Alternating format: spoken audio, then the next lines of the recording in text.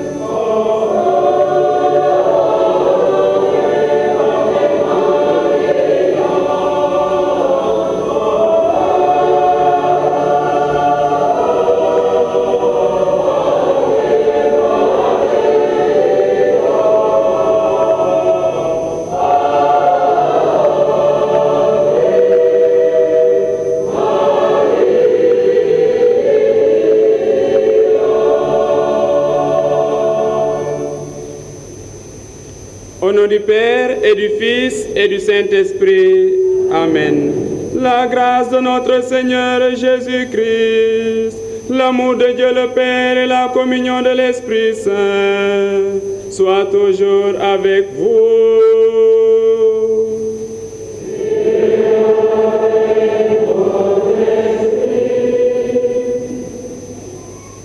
Ce qui fait la beauté dans une famille, c'est que malgré le nombre des enfants, chaque enfant a le droit de dire « Ma mère, c'est ma mère.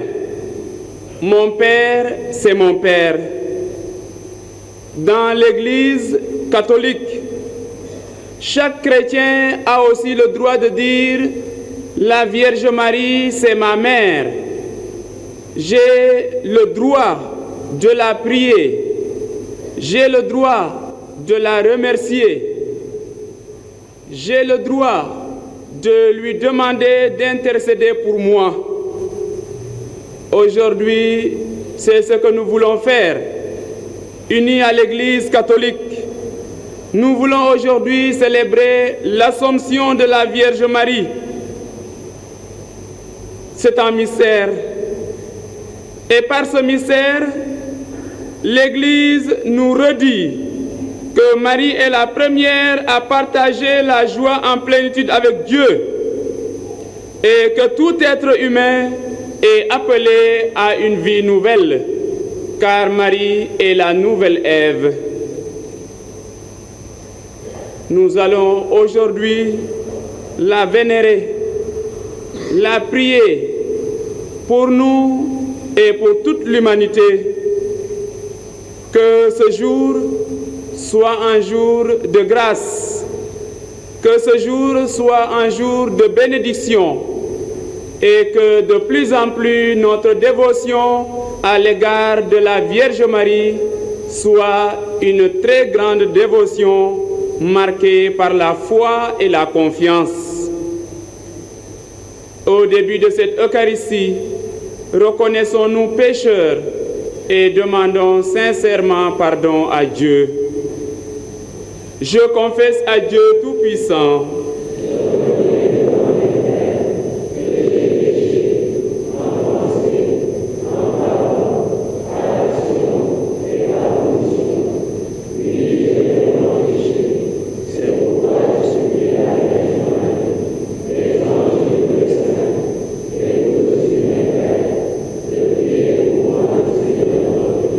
Dieu Tout-Puissant nous fasse miséricorde, qu'il nous pardonne nos péchés et nous conduise à la vie éternelle.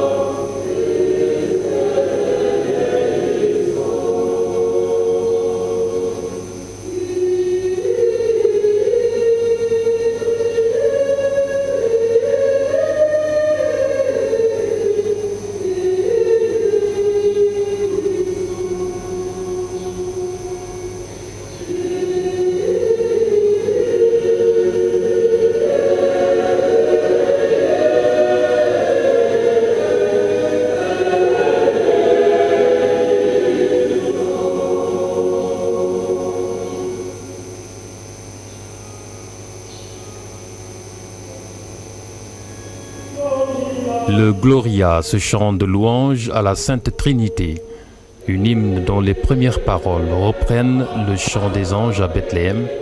Ici, les fidèles exultent de joie dans le Seigneur, car sa miséricorde est infinie.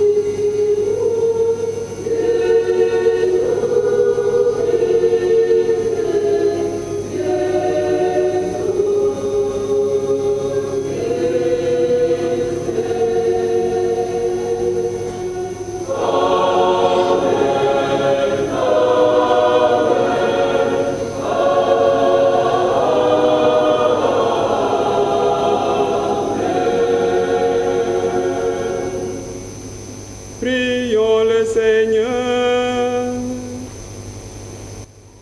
Dieu éternel et tout-puissant, toi qui as monté jusqu'à la gloire du ciel avec son âme et son corps, Marie, la Vierge Immaculée, mère de ton Fils, fais que nous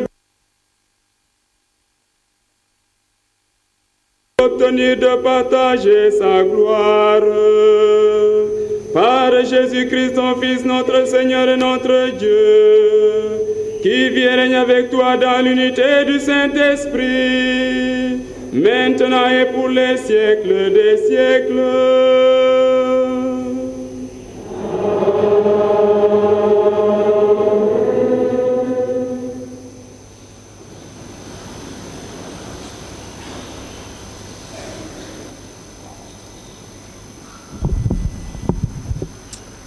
Première lecture.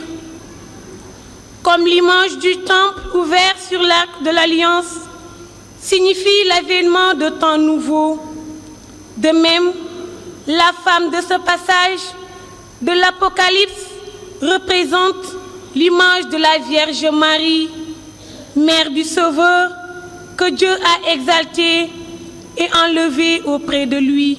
Écoutons.